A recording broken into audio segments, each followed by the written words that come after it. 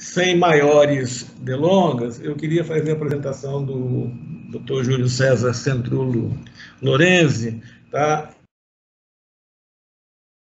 Ele mineiro de Belo Horizonte, graduado em Alfenas, é um biólogo, tem doutorado e mestrado na USP de Ribeirão Preto, tanto na área de imunologia como na área de genética, e hoje ele trabalha como professor associado junto à Universidade de Rockefeller, em Nova York, e ele trabalha especificamente na área de imunologia, pesquisando os tais dos anticorpos neutralizantes, e ele vai nos dar uma informação assim, do estado da arte da imunologia do Covid, e especificamente ele vai aprofundar em relação a âncora que todos nós estamos querendo procurar achar, que é um anticorpo neutralizante que a partir daí desencadeia uma série de atividades ou de novas expectativas, nova perspectiva em relação à questão do Covid. Júlio, você tem a palavra, eu estou desligando a minha câmera, você, conforme combinado, em torno de 30 a 40 minutos, a palavra está contigo. Muito obrigado, Nilo, pelo convite, e a todos aí da Universidade em Vitória pela presença. Eu vou compartilhar a minha tela. E hoje eu queria falar um pouco sobre a análise que a gente fez em pacientes que estavam recuperados da infecção pelo novo coronavírus, né, o SARS-CoV-2. E eu vou dar primeiro uma pequena introdução sobre esse vírus, sobre a doença, sobre seus principais sintomas e também falar um pouco da resposta imune contra a doença.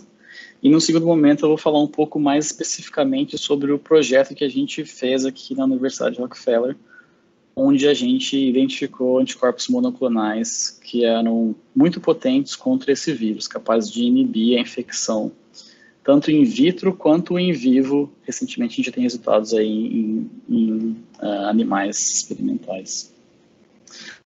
Então, para começar, eu gosto sempre de mostrar esse slide que eu atualizo toda vez que eu dou essa palestra. E hoje a gente chega aí no número total de casos de infecções pelo novo coronavírus ao número de quase 21 milhões de casos aí em todo o mundo.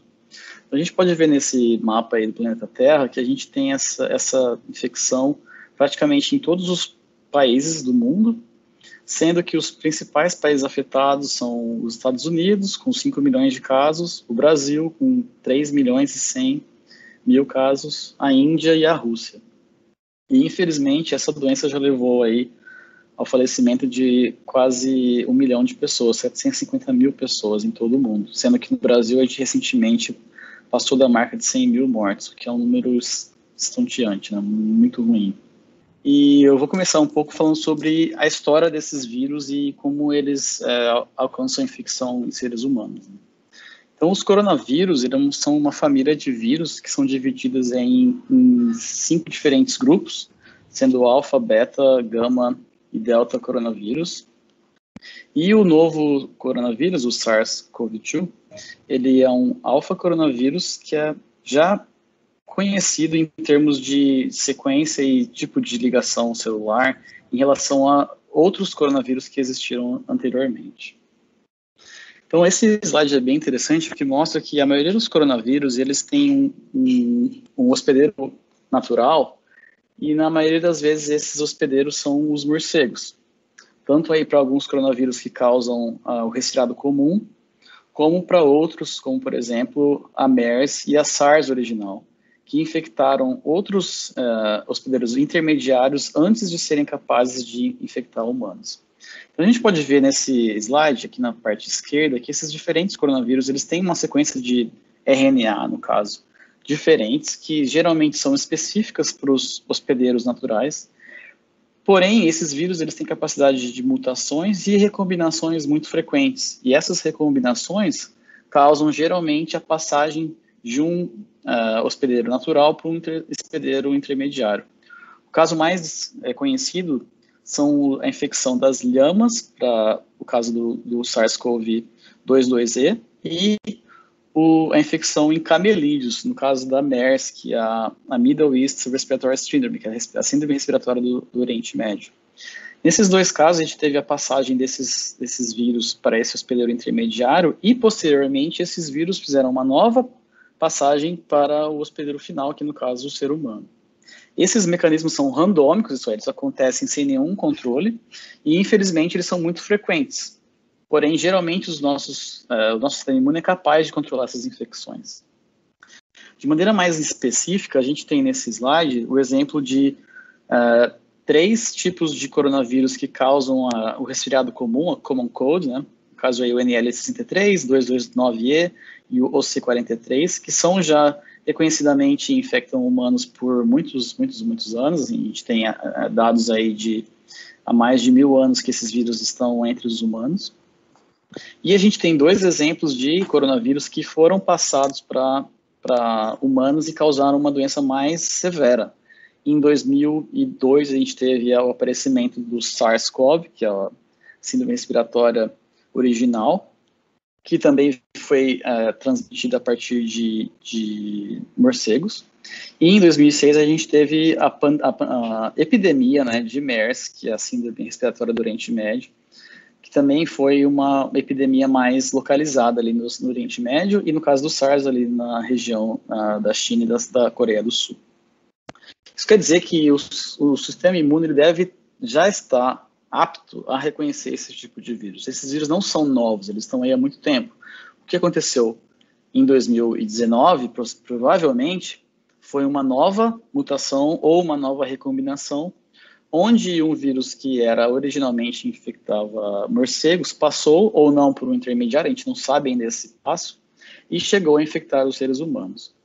E teve um artigo recente, até na semana passada, se não me engano, mostrando que já existiam coronavírus muito semelhantes ao SARS-CoV-2, já sendo sequenciados na China, em diferentes áreas da China, e que parece que ocorreu uma recombinação onde foi feita o aparecimento do SARS-CoV-2. Então a gente consegue já entender muito bem que esse vírus foi desenvolvido a partir de um modelo clássico de evolução genética, né, ou de mutações de recombinações. De qualquer maneira, hoje em dia a gente já conhece muito bem a estrutura e as diferentes componentes desse vírus. Esse vírus é um vírus de RNA de simples fita positiva, ele tem mais ou menos 30 kilobases de tamanho, e a sua estrutura tem essa coroa externa, que é chamada, e essa é a causa desse nome, coronavírus, onde a gente tem a proteína mais importante para nosso estudo, que é a spike, ou espícula, né? Essa proteína espícula, em maior zoom aqui embaixo, ela é capaz de se ligar ao receptor da angiotensina convertase 2 nas nossas células, nos seres humanos, né? E essa proteína, ela tem uma região mais específica ainda, chamada RBD, ou Receptor Binding Domain, que é exatamente aonde essa proteína se liga ao receptor. E mais à frente, na nossa palestra, a gente vai explicar o porquê de utilizar esse tipo de região para tentar detectar novos anticorpos.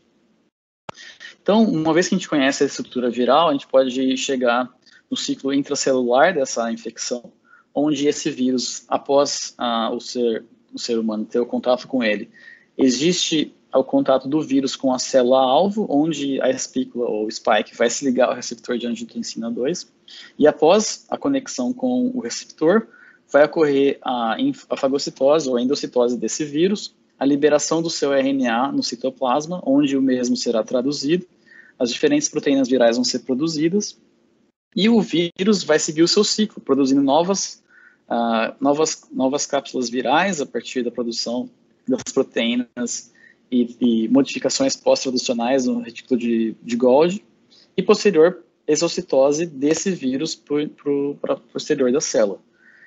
Geralmente, esse é o processo mais normal, mas também a gente sabe que esse vírus, uma vez que infecta as células, ele é capaz de destruir essas células, né, produzindo aí a lise da célula e a morte daquela célula. E é esse fato que gera diversos os sintomas que a gente conhece para essa doença, assim como para outras doenças virais. Como eu falei, o receptor conhecido para esse vírus é o ACE2, né? E essa proteína, ela é expressa, né, em diversos tipos celulares, em diversos órgãos do nosso corpo. E esse é um outro ponto importante para essa doença. Principalmente no início da infecção, a gente tem a introdução do vírus na cavidade nasal, no sistema respiratório superior, e a infecção das células do pulmão, principalmente ali as células multiciliadas, onde a expressão é alta tanto do receptor quanto da sua proteína acessória TMPRS2. Porém, a gente sabe que essas proteínas também são expressas em diversas outras células do corpo humano. Também ali no intestino, principalmente nas células epiteliais, e essa principal causa da diarreia nos pacientes que são infectados por via oral, principalmente. E outras células do sistema, por exemplo, do sistema excretor, nos rins, também são infectáveis, no coração, no fígado. E a gente também hoje tem alguns papers mostrando infecção aí via placenta. Então, a gente pode dizer que esse vírus teve aí uma facilidade de infectar muitos tipos celulares simultaneamente, e isso pode levar a diversos dos sintomas conhecidos. Só como exemplo, aqui eu coloco uma histologia mostrando o pulmão infectado, onde a gente tem aqui os alvéolos pulmonares nessa região aberta e as células do alvéolo, e em marrom aqui é a expressão da proteína ACE, que é o receptor para o vírus. De maneira mais aprofundada, a gente tem nesse esquema mais ou menos o ciclo da doença, da maneira que ela é aceita até agora, né?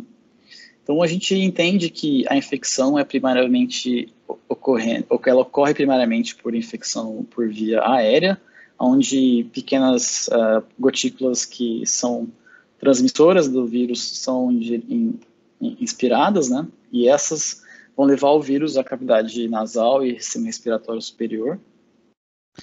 Ou essa infecção também pode ser geralmente via a ingestão de partículas virais e muito recentemente, ontem, foi publicado um artigo mostrando que existem partículas virais ativas no ar. Então, pode ser que esse vírus seja capaz de ser transmitido por via aérea. Isso podia ser relacionado a infecções no olho, principalmente. E, infelizmente, isso pode levar as medidas para a prevenção da infecção a um novo patamar, onde a gente teria que usar proteções para o olho, principalmente aí, mesmo fora do ambiente hospitalar, onde isso já é comum.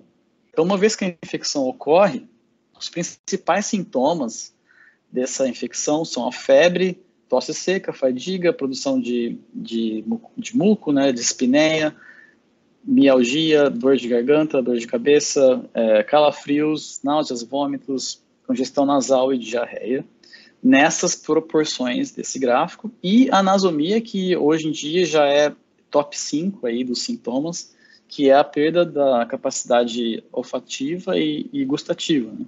E esse sintoma, eu sempre falo nessas palestras que é importante a gente sempre estar conectado com eles. Então, teve um artigo muito bom mostrando aqui nos Estados Unidos um navio da Marinha, onde eles fizeram o teste com todos os marinheiros daquele navio, mais de 1.000 marinheiros, onde esses marinheiros eles tinham um formulário diário buscando todos os sintomas relacionados ao coronavírus.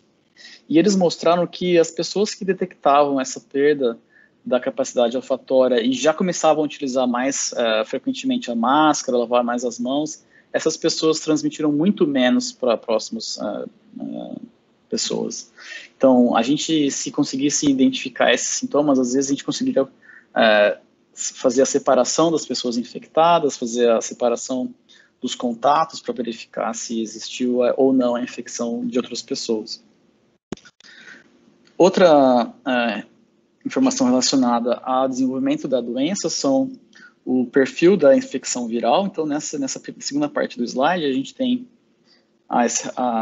principalmente as fases das doenças. Então, aqui, na primeira fase, a gente tem a fase incubatória, que geralmente dura 14 dias, de 7 a 14 dias, onde a infecção viral começa e já é possível detectar vírus nas cavidades nasais fazendo swab nasal a partir do 5º ou 6º dia de infecção. E, normalmente, nessa primeira fase, a resposta imune inata vai ser capaz de conduzir a identificação e destruição das células infectadas, principalmente por uma resposta de macrófagos, neutrófilos e também de células CD8. Uma vez que o paciente começa a detectar sintomas, a gente sabe que essa doença deve evoluir, uma vez que a resposta imune não foi capaz de segurar essa infecção viral na primeira ou segunda semana, e o sistema imune secundário vai começar a agir, né? A resposta imune adaptativa vai também identificar esses vírus e vai ser feita, possivelmente, a produção de anticorpos específicos para esse vírus.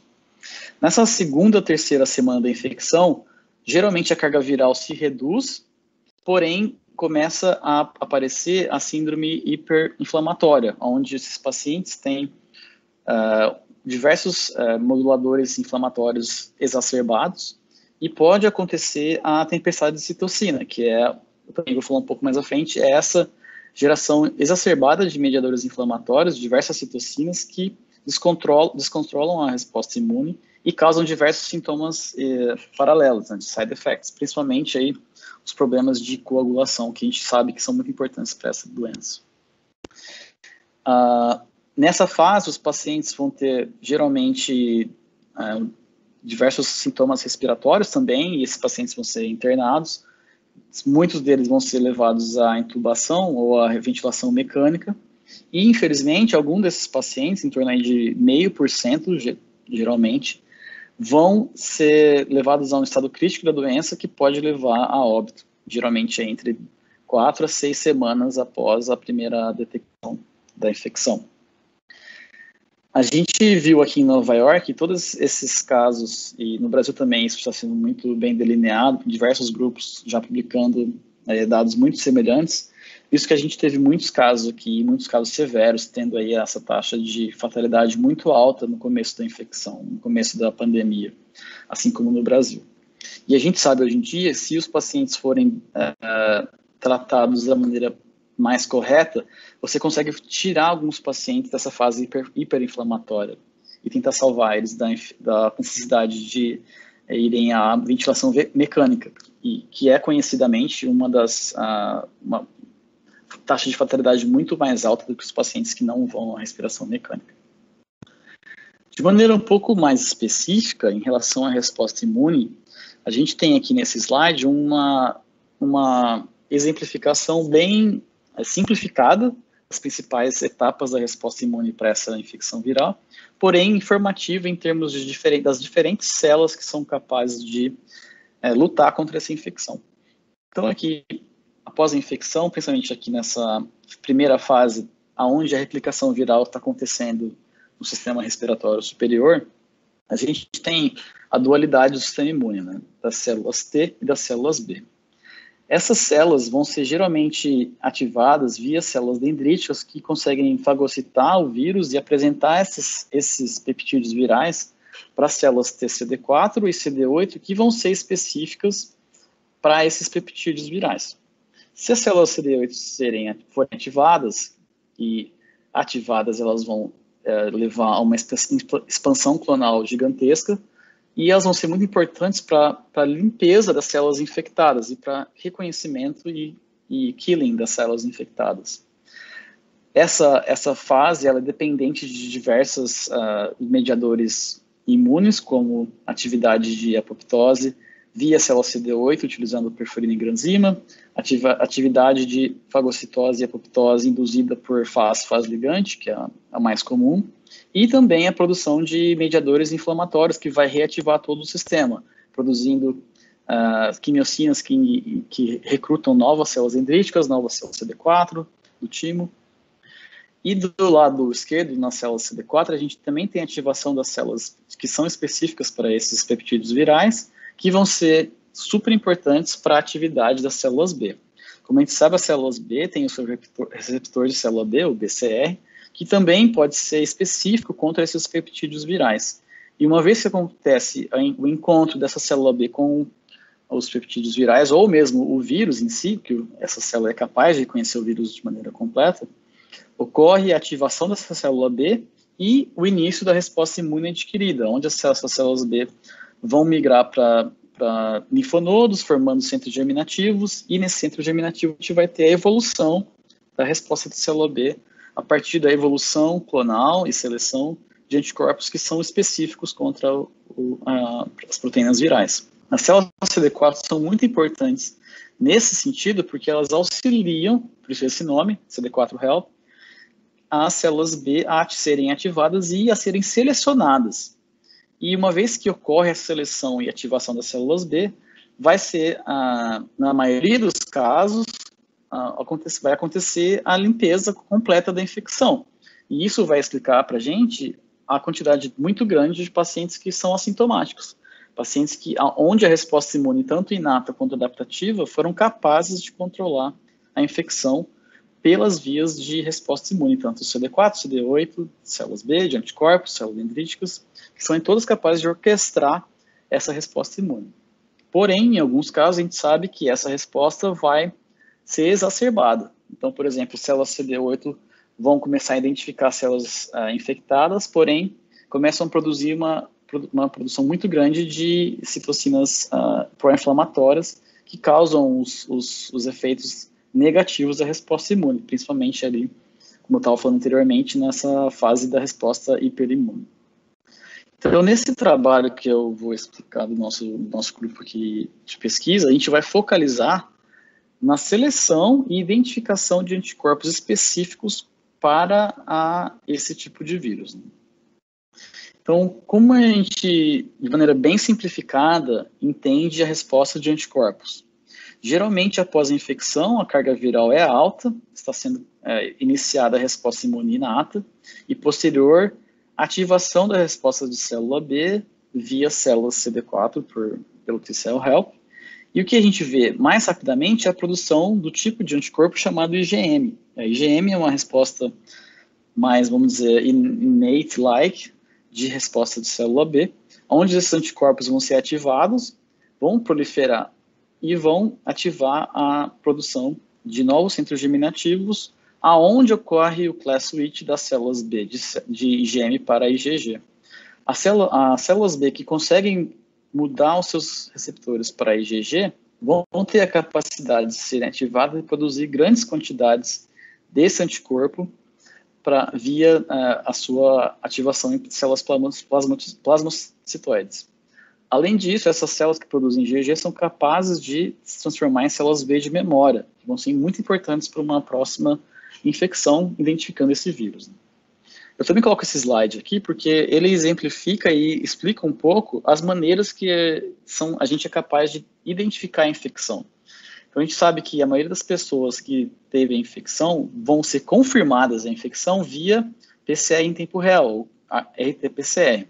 Porém, essa técnica só vai ser específica nessa primeira fase da viremia, onde a gente tem uma carga viral alta. Posteriormente, a gente tem os testes sorológicos, que vão identificar os diferentes tipos de anticorpos contra a infecção. Então, por isso que se a gente tem uma resposta de IgM, a gente sabe que esse paciente ainda está no início da sua infecção, e se a gente vê IgG, possivelmente esse paciente já passou dessa primeira fase de infecção e geralmente tem uma carga viral muito baixa, você não quer dizer que ele está sendo aí não infeccioso. Infelizmente, a gente sabe também que alguns pacientes, essa viremia, ela não diminui, ela continua alta durante toda a infecção. E geralmente esses pacientes vão ter essas respostas imunes mais exacerbadas. Então a gente teve pacientes aqui em Nova York que tiveram cargas virais aí por mais de 1 ou 2 meses. E eu vi recentemente de um colega aí da Fiocruz dizendo o mesmo, que eles tiveram pacientes com carga viral exacerbada por mais de 2 meses, e alguns desses pacientes até conseguiram sair da UTI. Então, assim, é bem interessante esse tipo de resposta. Então, mudando um pouco agora em relação ao tipo de pesquisa que a gente faz no nosso laboratório, a gente tenta encontrar pacientes que já passaram por todo esse processo de infecção, identificação de bons anticorpos e produção de anticorpos específicos contra esse tipo de vírus. E o que a gente faz no nosso laboratório é tentar identificar nesses pacientes que já foram infectados e conseguiram controlar a infecção, identificar nesses pacientes, que são, nesse caso, esse vermelho em torno de todos os outros que estão em cinza, quais são os melhores anticorpos que conseguiram controlar a infecção. Então, de maneira mais específica, a gente faz um screening.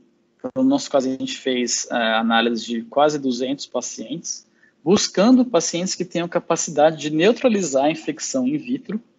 E uma vez selecionados esses pacientes, a gente seleciona as células B de maneira bem específica, que eu vou comentar mais à frente, e consegue clonar dessas células B as sequências de DNA que codificam para aqueles anticorpos. Por que isso? Porque a gente quer produzir esses anticorpos em escala, não industrial, mas em escala de laboratório, para testar se esses anticorpos individuais agora conseguem controlar a infecção e podem ser candidatos aí a um uso clínico no tratamento, como também prevenção dessa infecção.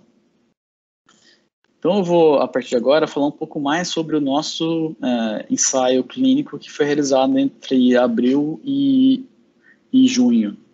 Então, no começo de abril, a gente soltou esse cartaz aqui na universidade, após a aprovação do nosso ensaio clínico pelos órgãos específicos aqui dos Estados Unidos e pelo Comitê de Ética Estadual e Federal.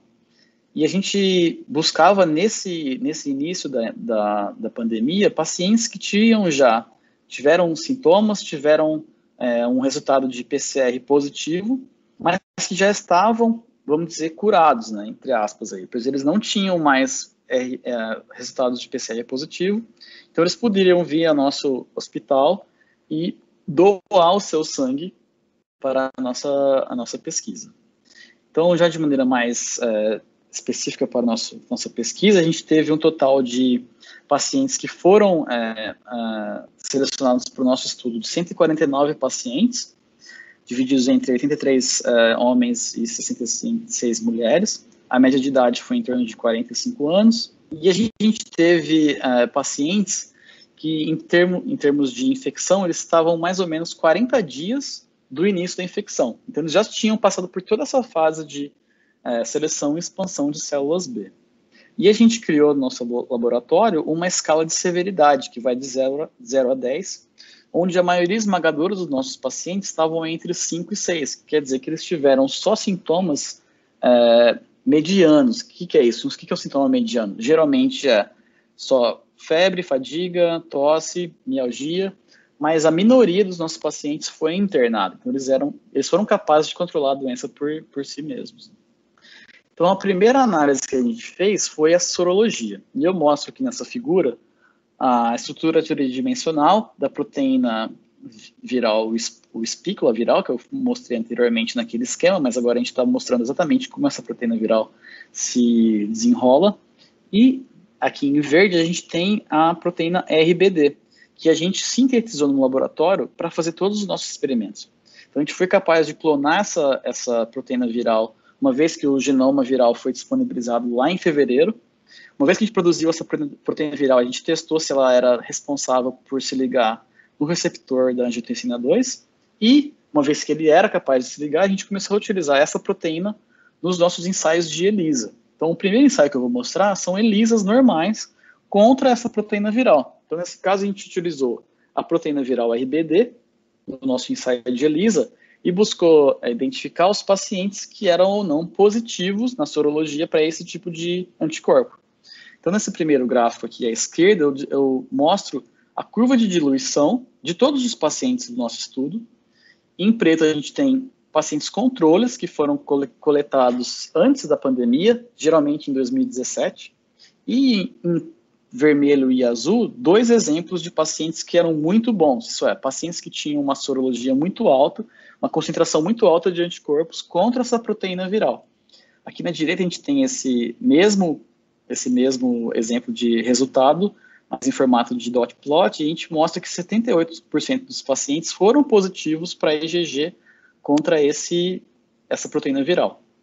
Quando a gente fez esse mesmo ensaio, mas agora usando IgM, a gente viu que só 15% dos pacientes tiveram IgM positiva. E isso era esperado, porque a gente conseguiu coletar esses pacientes já com 40 dias de infecção, então a IgM já estava diminuída. Um resultado muito parecido foi obtido quando a gente fez esses ELISAs, mas agora utilizando a proteína spike completa, não só a RBD. Quando a gente correlacionou esse dado com a diferença entre os pacientes que não foram internados e os pacientes que foram hospitalizados, a gente viu que existiu uma diferença significativa na quantidade de IgG específica para essa proteína, o que também é normal e é esperado, uma vez que esses pacientes tiveram sintomas mais severos, eles tiveram capacidade de selecionar células B capazes de controlar essa infecção.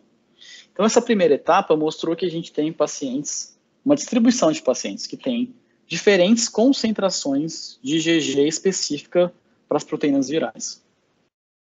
A segunda fase do projeto foi identificar se esse plasma desses pacientes, que é a mistura de todos esses anticorpos, era capaz de controlar a infecção in vitro.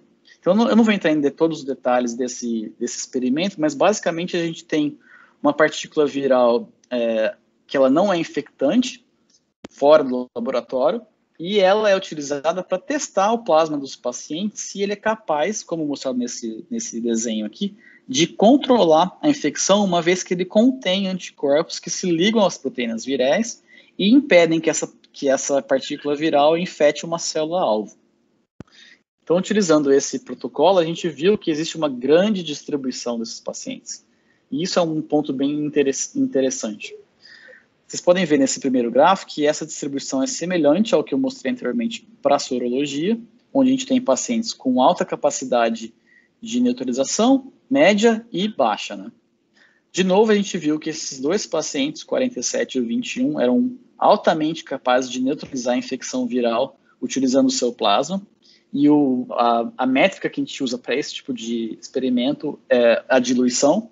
Então, nesse caso, a gente diluiu o plasma desses pacientes até 1 para 10 mil e a gente continua vendo neutralização. Porém, só 2% desses pacientes tiveram capacidade neutralizante nessa taxa de diluição. A maioria esmagadora dos pacientes estava nessa faixa de 1.000 a 100, ou 79% dos pacientes tiveram o plasma ativo somente em diluições menores que 1 para 1.000. E 33%, isso é muito importante também salientar, tiveram uma concentração, uma capacidade neutralizante perto de zero. E isso é meio... a gente tem um pouco de...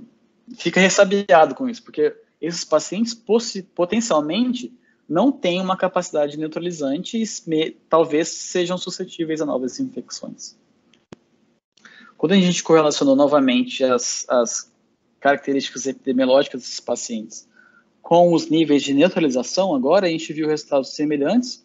De novo, pacientes que foram hospitalizados tiveram, em média, uma capacidade neutralizante maior. E a gente viu que as mulheres tiveram, geralmente, uma capacidade neutralizante melhor que os homens. O que reflete aí esse dado que já é replicado em diversos estudos, que a gente tem maior número de homens com casos mais severos do que mulheres. Isso pode estar relacionado com a capacidade neutralizante desses anticorpos. Então, o que eu falei até agora ainda faz parte do nosso screening, da nossa seleção de pacientes. Daqui para frente, o que a gente fez? A gente convocou esses pacientes novamente para o laboratório, os pacientes que tinham essa capacidade mais exacerbada de neutralizar o vírus, e realizou uma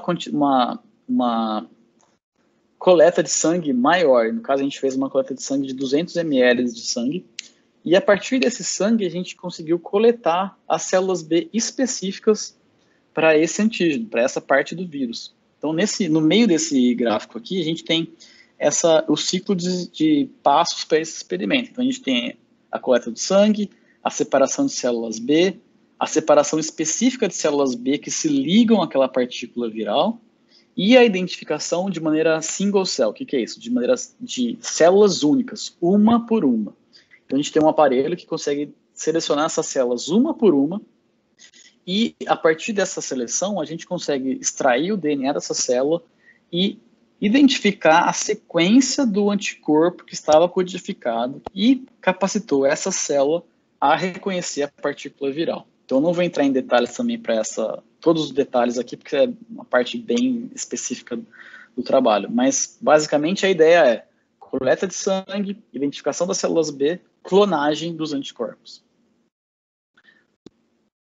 Só lembrando um pouco, talvez, só para relembrar como um anticorpo funciona, né? Ele é uma proteína que ela é composta de diversas partes, né? A gente tem cadeias leves, cadeias pesadas, regiões variáveis e regiões constantes em todos os anticorpos. E no nosso laboratório, o meu supervisor, ele é especialista na identificação e produção e qualificação das diferentes regiões dos anticorpos. Então, a gente tem protocolos muito bem delineados para entender exatamente o porquê aquele anticorpo é capaz de reconhecer aquele vírus.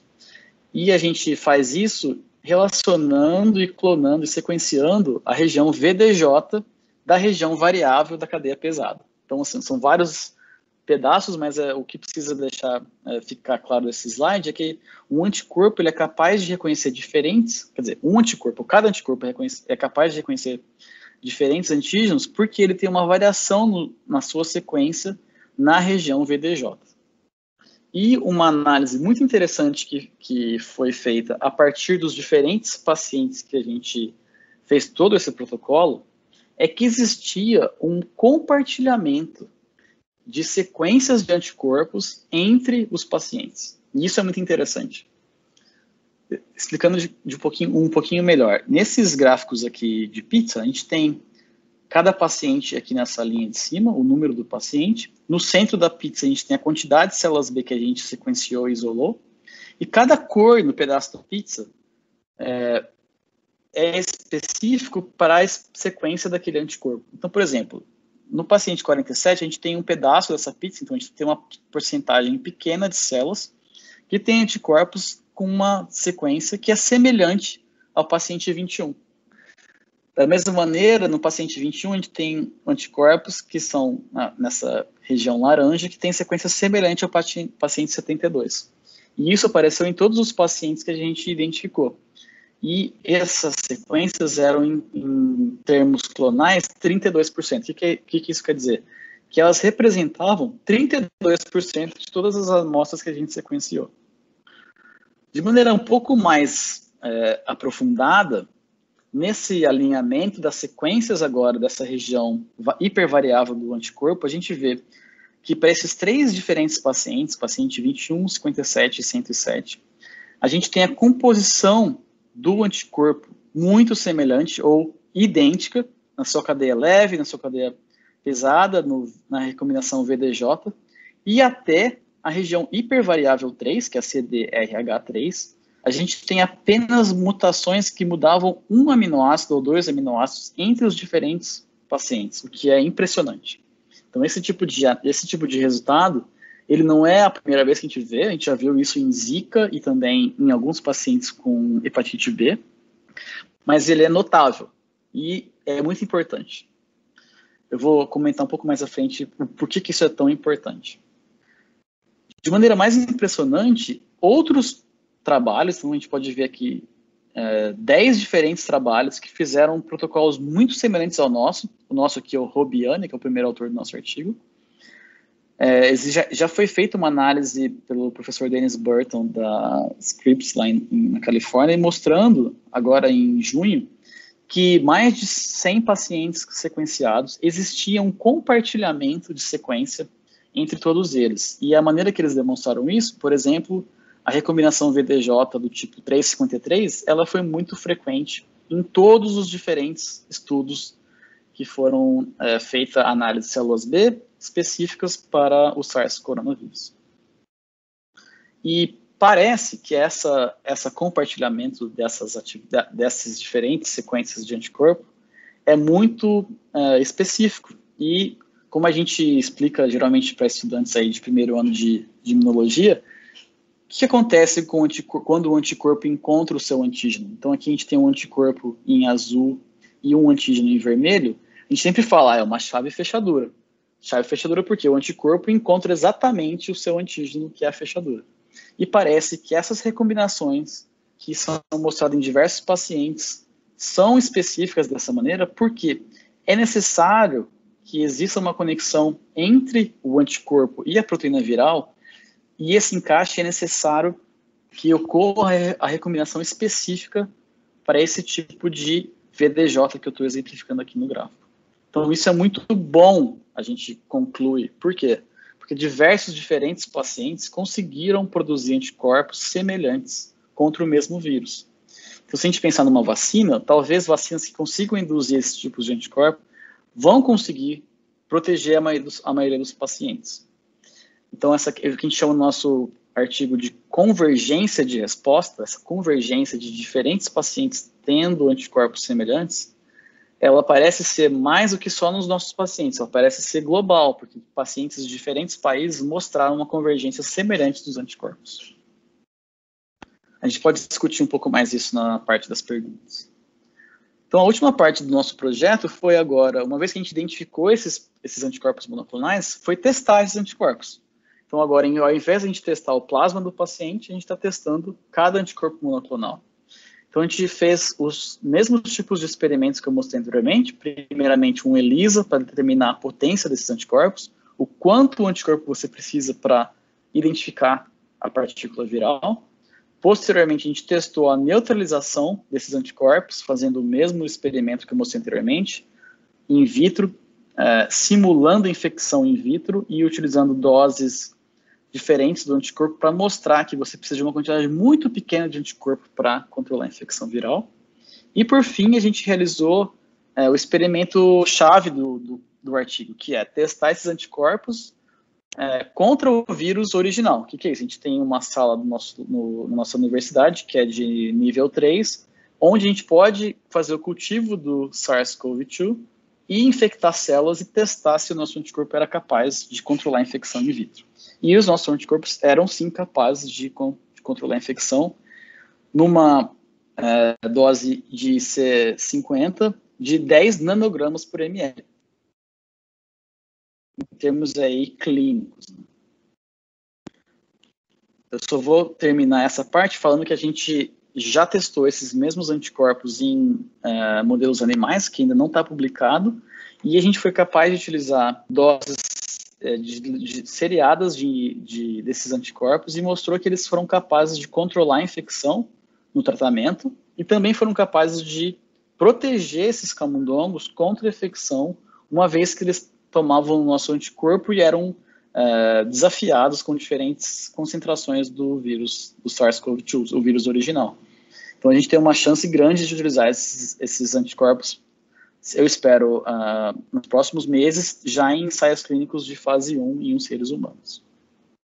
Eu vou terminar falando um pouco sobre o desenvolvimento de vacina, porque eu acho que é a parte mais importante que todo mundo quer chegar lá. A gente precisa de uma vacina para induzir esses anticorpos em todo mundo, porque esses pacientes que a gente identificou são geralmente 1 em 200 que tem essa capacidade tão boa de neutralizar. Então seria bom se a gente conseguisse produzir diferentes vacinas que fossem capazes de induzir essa resposta imune. E eu trouxe esse slide bem simplificado que saiu na Nature recentemente, mostrando as diferentes estratégias que estão sendo utilizadas para induzir a imunidade contra esse vírus. Então a gente tem 2 estratégias mais avançadas aqui nos Estados Unidos, que são a utilização de uma vacina de RNA, onde esses RNAs eles codificam para a proteína viral, eles são encapsulados numa partícula lipossômica, eles são injetados no corpo por injeção intramuscular e são capazes de ser capturados por células do sistema imune, produzindo as partículas virais que são capazes de ativar o sistema imune, tanto de células T quanto de células B. Outra variedade de vacina é a vacina de DNA, que corre da mesma maneira. Essa vacina de DNA é injetada e esse DNA vai ser transcrito no núcleo e produzir as proteínas e elas vão ser imunogênicas.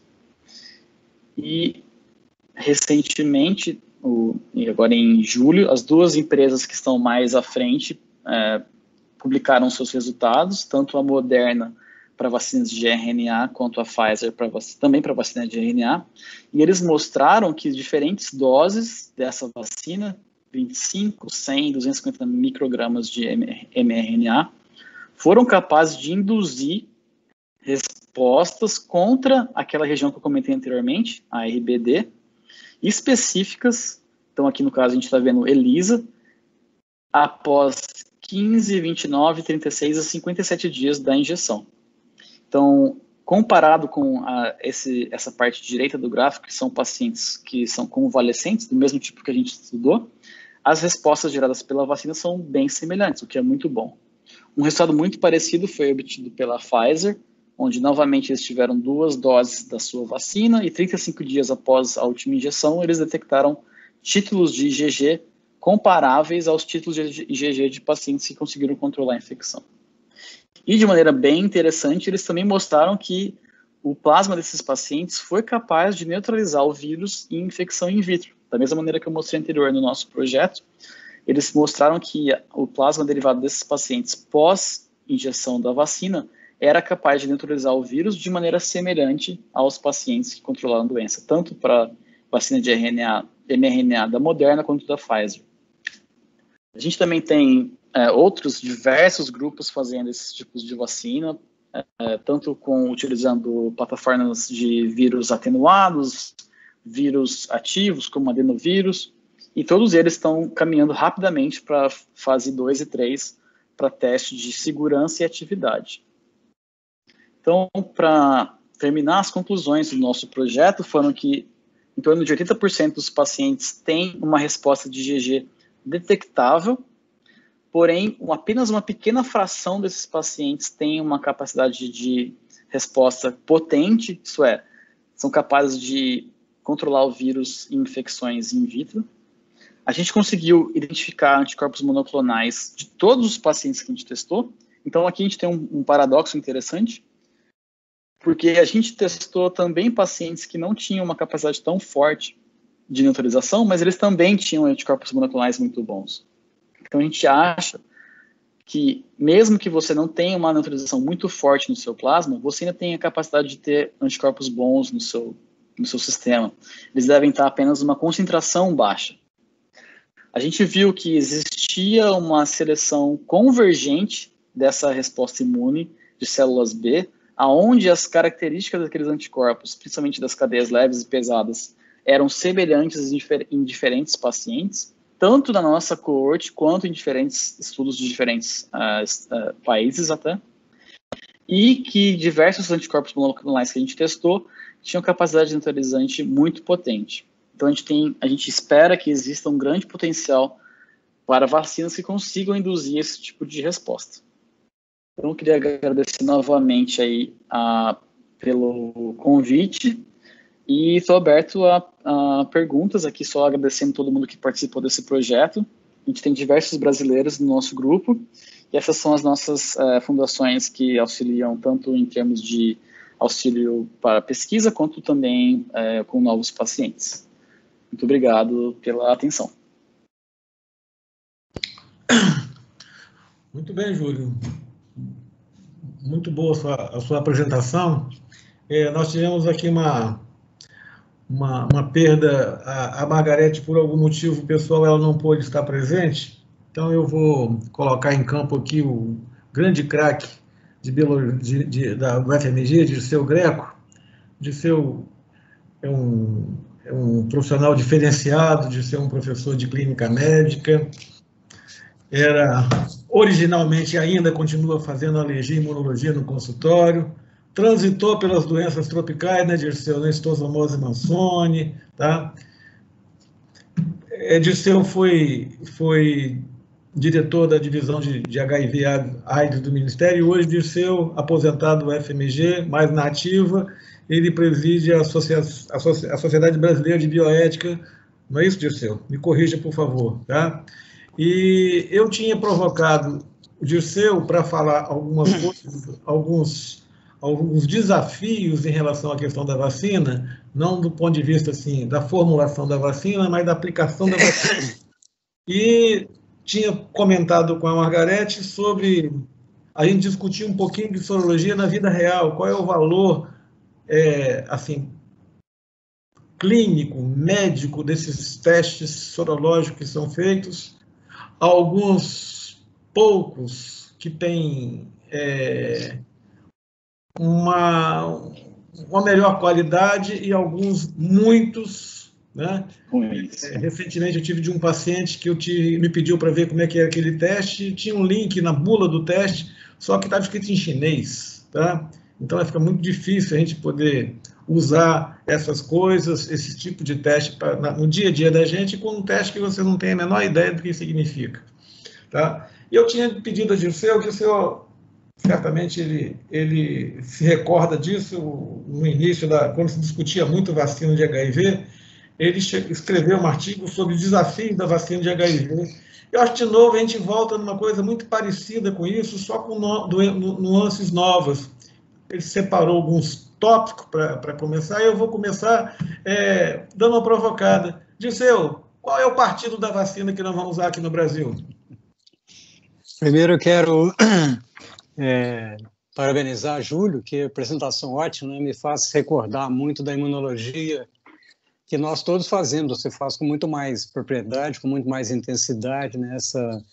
Esse ponto tão interessante, estrutural, né? Que nós aqui beliscamos isso numa época, agora tem muito mais em laboratório específico como o seu. Você está com o Nucensweig ainda, não está? É o mesmo grupo, isso, né? Ah, tá bem. Que tem uma relação muito grande com Minas Gerais, por diversas razões. A Antoniana teve lá há muito tempo. Mas meu cumprimento e o Nilo, que eu não vejo há muito tempo, está segurando o queixo aí. Agora deixa eu te ver direito aí, Nilo, tudo bem? E pena que a Margarete não pôde vir. Eu vou... essa provocação já tinha me feito antes de eu começar a falar, viu, Júlio? Eu tinha me falado qual é o partido. Eu acho que é mais importante saber para qual partido vai ser dada a vacina, né?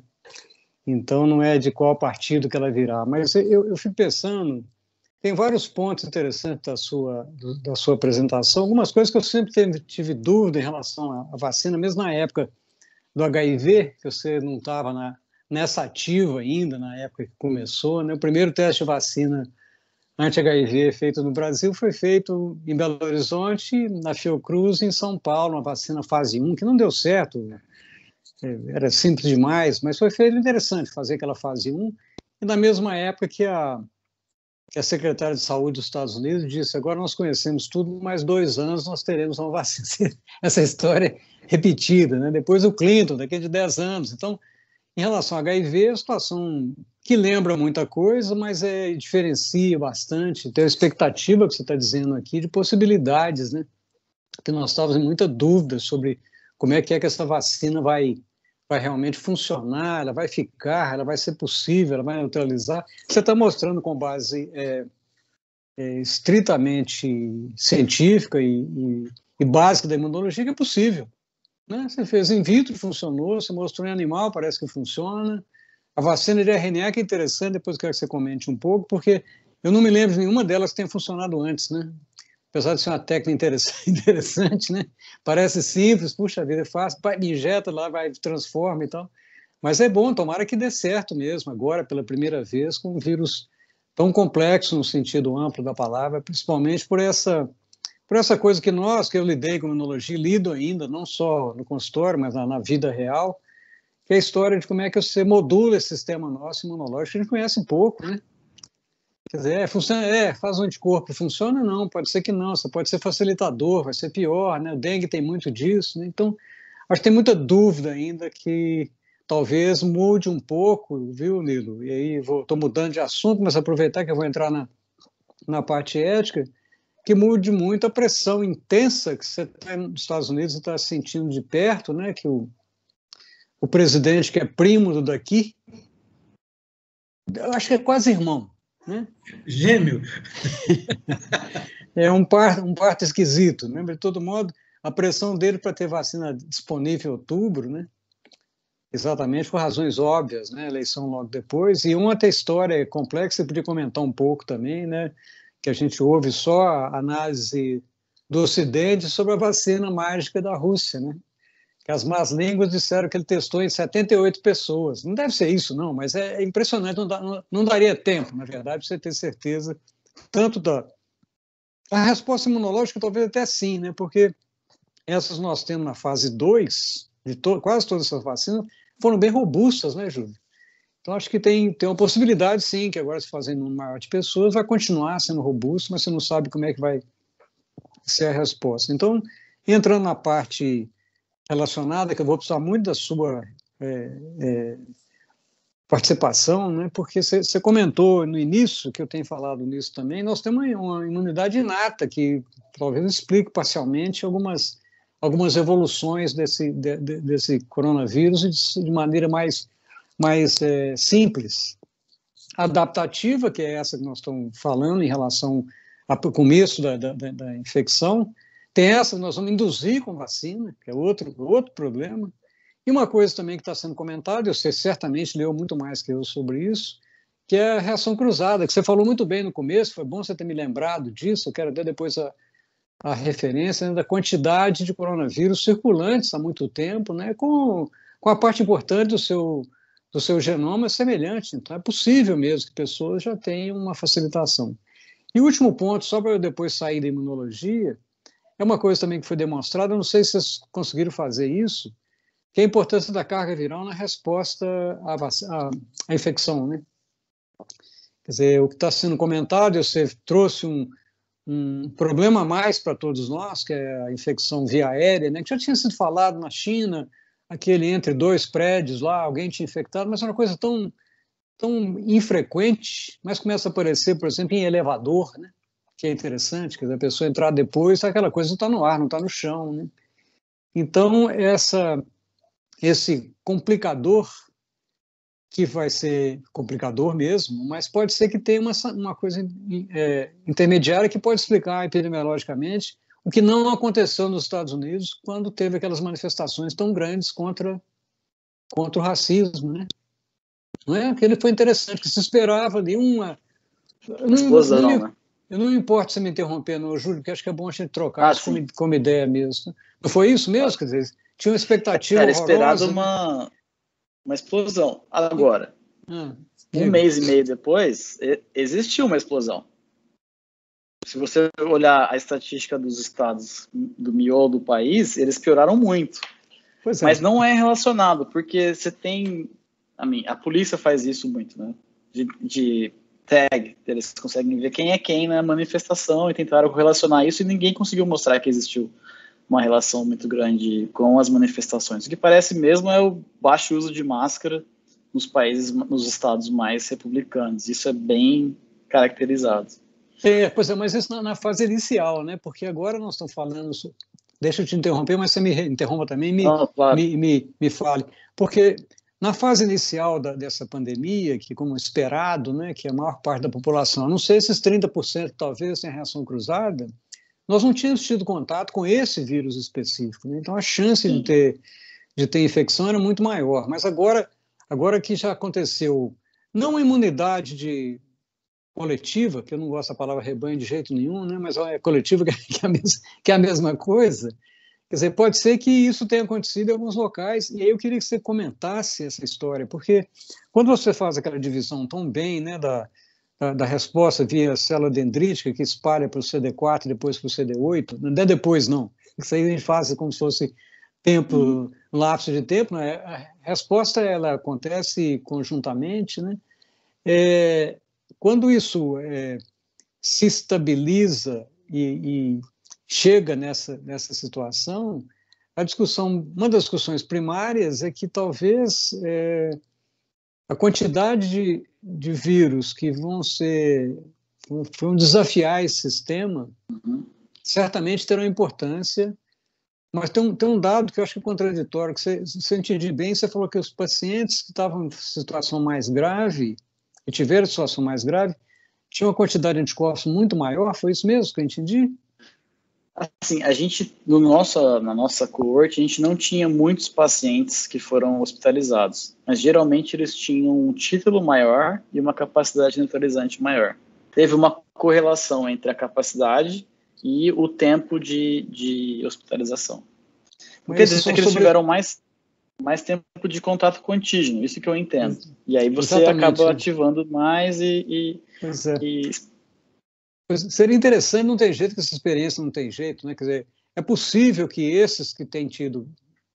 Tem muita variável aí, tem muita variável confusional para você separar, mas se a gente conseguir separar todas as possibilidades e ver, se conseguir saber que essa população que está evoluindo pior, foi aquela que teve uma carga viral muito mais intensa, né? E talvez epidemiologicamente a gente possa saber isso. E essa experiência lá do ajuntamento lá no Vidas Negras Importam podia ter sido uma experiência muito interessante. Mas, por outro lado, nós estamos falando em populações que já estavam expostas. Né? Eu estava querendo só correlacionar isso. Entendi o que você quer dizer. Né? Quer dizer, que o ajuntamento num lugar que nunca teve e que tenha casos disponíveis, a chance de ter uma explosão, né? um quadro maior. Mas naquele lugar já tinha passado um tempo, né? Muitas das pessoas talvez já tivessem tido contato com o vírus, talvez tivessem estruturado uma resposta. Eu queria te pedir isso mesmo, para pensar.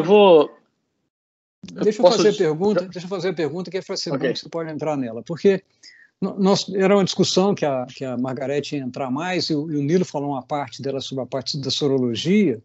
Tem sido mostrado uma coisa que nós não esperávamos, né? Quer dizer, está aparecendo locais onde a diminuição da infecção ocorreu e você não consegue mostrar mais do que 15% de sorologia IgG positiva, né?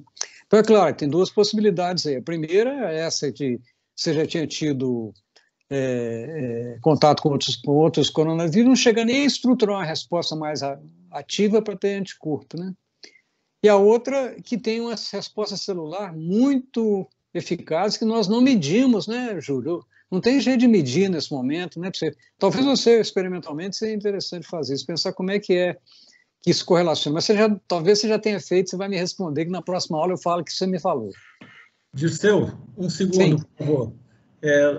Lauro Ferreira Pinto está aflito para fazer uma pergunta para você. Eventualmente ele podia fazer a pergunta agora, que pode ser que seja dirigida a você ou ao Júlio. E se você permitir, Lauro, abre o seu microfone. Claro, vai ser a dupla dinâmica. Nilo e Lauro. Não, Lauro é muito mais dinâmico do que eu. Lauro, depois você me responde, Júlio, por favor. Eu vou falar um pouco sobre isso, que é bem... Tá bom. Laurinho. Lauro de Freitas. Eita, ele aí. Dirceu, muito prazer em ouvi-lo. Dirceu esteve na minha banca de doutorado, não sei se ele lembra. Você vê, eu tenho responsabilidade do que ele fizer hoje aí, viu? Até hoje. Não é um problema esse troço. Dirceu esteve na minha banca de doutorado. E Júlio, eu não tive prazer. Júlio, muito obrigado pela aula maravilhosa que você deu. Eu não tenho prazer de lhe conhecer, mas eu tive o prazer de conhecer o Michel, né? O Michel deu uma palestra de abertura do CROI exatamente sobre anticorpo monoclonal em HIV, uma belíssima palestra. Então, eu conheço o trabalho de monoclonais de vocês e tenho o maior respeito e admiração por ele.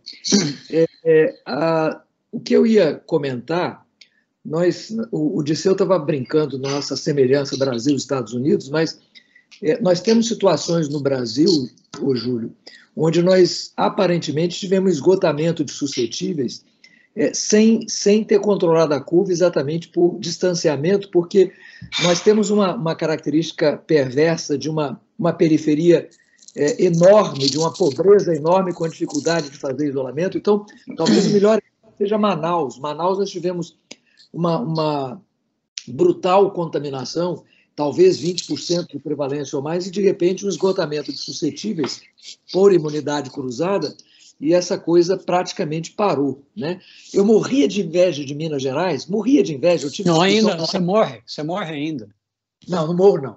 Até algum tempo atrás, eu morria de inveja, porque Minas Gerais não tinha doente grave, e agora Minas está querendo passar a gente, chegou depois da gente. O Brasil, como é continental, não sei se o Nilo sabe, hoje a Minas falou em não ter mais semestre letivo esse ano. Parece que vai ser só ano que vem. Eu queria perguntar, Dirceu, como está isso, mas a minha pergunta para o Júlio, se em algum lugar nos Estados Unidos aconteceu isso, quer dizer, parece que mesmo Nova York, o controle, afinal de contas, foi por medida de distanciamento, mas se teve algum lugar em que, com essa contaminação parecida com o que está aqui, onde houve esgotamento aparente de suscetíveis para controle do Covid. Esse ponto nós estávamos conversando, né? Exatamente esse ponto, que acho que é importantíssimo isso, né, Laura? Acho que agora é pensar isso, o que acontece, que nós não sabemos de verdade, né? E a América do Norte tem, só para lembrar, e que Minas Gerais tem muita coisa igual o resto do país, né? Eu com a história de ter vivido muito próximo à epidemia da AIDS, e essa parte é muito semelhante, esse espalhamento centrífugo da infecção, né, ela começa nos grandes centros, depois se espalha no interior, mas não, aqui para nós, eu respondo um pouco a sua pergunta, né?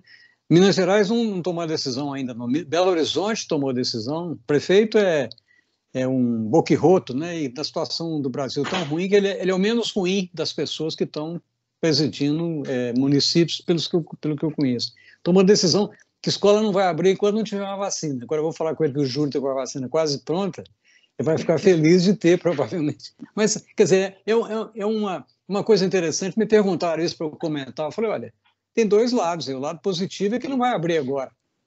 O outro lado, ele vai, depois de algum tempo, ele vai ver que isso pode ser possível ou não. Mas voltando a essa história que eu queria chegar, e aí o Júlio aproveita e comenta para nós dois, né, responde para nós dois, é que aqui em Belo Horizonte aconteceu um experimento muito interessante, né, que foi exatamente isso que você comentou, que estava muito calmo, estruturado, pessoas capazes dando suporte científico ao prefeito, inclusive o Naí, que vocês conhecem bem, o Naí Tupinambás, foi meu orientando no doutorado, e de repente resolveram abrir. E o que abriu, evidentemente, aconteceu o que era esperado, né? Uma cidade com região metropolitana grande, muitos dos municípios eram quase dormitórios, a hora que você abre e traz esse pessoal de volta, você os expõe àquela população que está infectada em Belo Horizonte, e o pior de tudo, que os Estados Unidos tem muito isso, é só olhar em torno de Johns Hopkins, só passear ali por um pouquinho ali em volta, sai 4 quarteirões da universidade, você vê que tem a pobreza parecida com a nossa, né? Mas o problema maior que nós temos do que lá é o transporte público, né? Que a hora que você abre esse movimento, você tem talvez uma capacidade de controlar nas lojas, nas firmas, diminuir o risco lá dentro, mas o transporte é a aglomeração que nós não podemos ter, quer dizer, outra experiência ruim que vai acontecer. Mas eu queria só comentar isso com você. Quando quiser vir a Belo Horizonte, mesmo sem inveja, você pode vir, que a gente conversa muito. E Júlio agora podia nos iluminar. Ok. Vamos por partes, como diria Jack. Eu acho que, primeiro, em relação à pergunta do Lauro, eu ainda acho que talvez Nova York seja esse exemplo que você citou semelhante ao Amazonas. Por que eu digo isso? A gente teve, eu acho que o pior R, né, em termos de novas infecções e óbitos. Né? Acho que em nenhum lugar bateu 800 mortes por dia em um estado que é basicamente uma cidade. Né? As cidades outras em Nova York estavam contribuindo com menos de 20% dos casos dos óbitos. Como você também falou anteriormente, em relação ao transporte público, foi identificado que o metrô foi um dos grandes distribuidores da doença. E o controle ele só foi exercitado quando todo mundo parou de sair na cidade. Então, por exemplo, eu continuei trabalhando o tempo todo, porque a gente estava fazendo experimento no laboratório. E a cidade estava completamente vazia. Mas nos últimos 1 mês e meio, a cidade está normal. Então, eu esperaria que o número de casos aumentasse. A gente está mais de 2 meses quase, com menos de 1% de novos casos.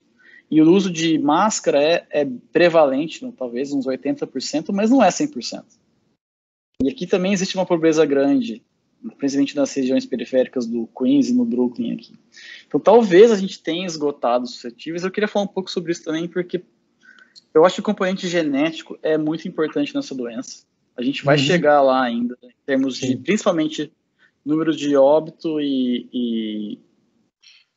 A gente tem vários fatores de comorbidades, que já foi mostrado claramente, e a maioria deles está relacionado à inflamação, principalmente à obesidade, né? Isso aqui foi muito claro. E em relação a...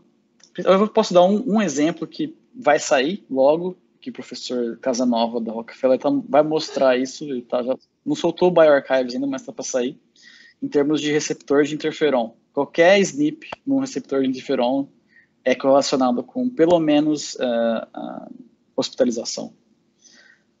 A segunda parte que eu queria falar é em termos de resposta inata, porque saíram vários artigos sobre isso, principalmente nos últimos mês e meio. E o que está sendo feito é mostrado que se você pegar o vírus e picotar ele em peptídeos e testar amostra de pessoas de 2015, 2014, você encontra uma reação cruzada em torno de 30%. Isso, não é uma coisa super prevalente, mas ela existe. Agora, quando você é infectado, e mesmo que você seja naive, eu acho que a maioria esmagadora das pessoas tem a capacidade de controlar ali na primeira fase de resposta inata, principalmente CD8 e macrófago.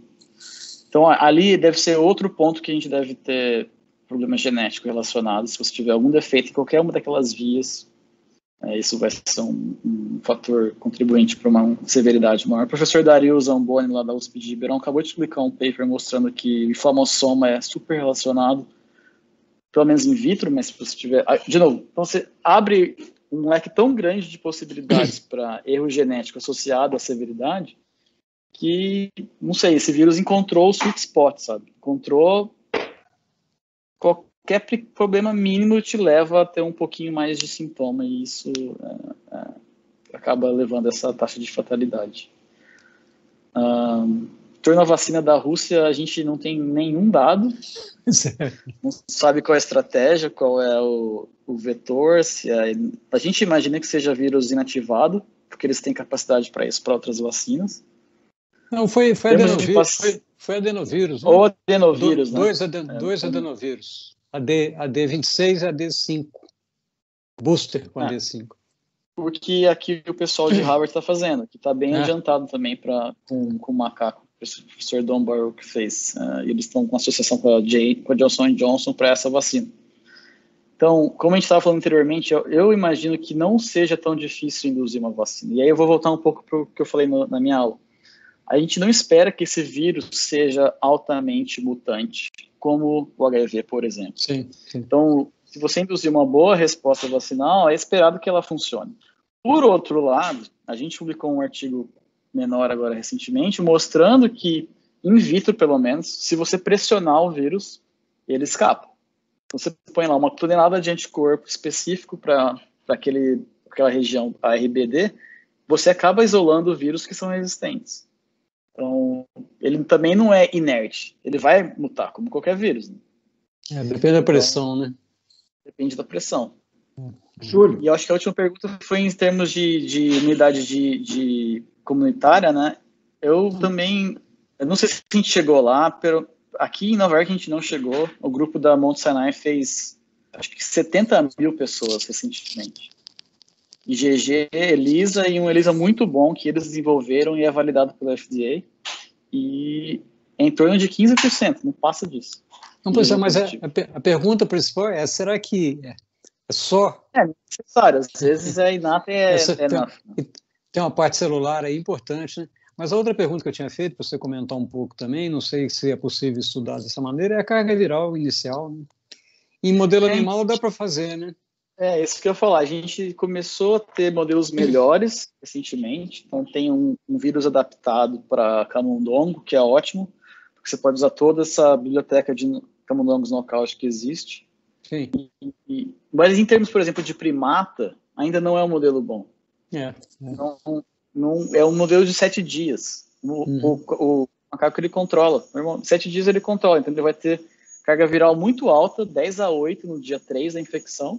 Você põe o anticorpo, controla completamente. Você não põe, ele continua ruim, mas depois ele decai. Então, é um experimento super rápido.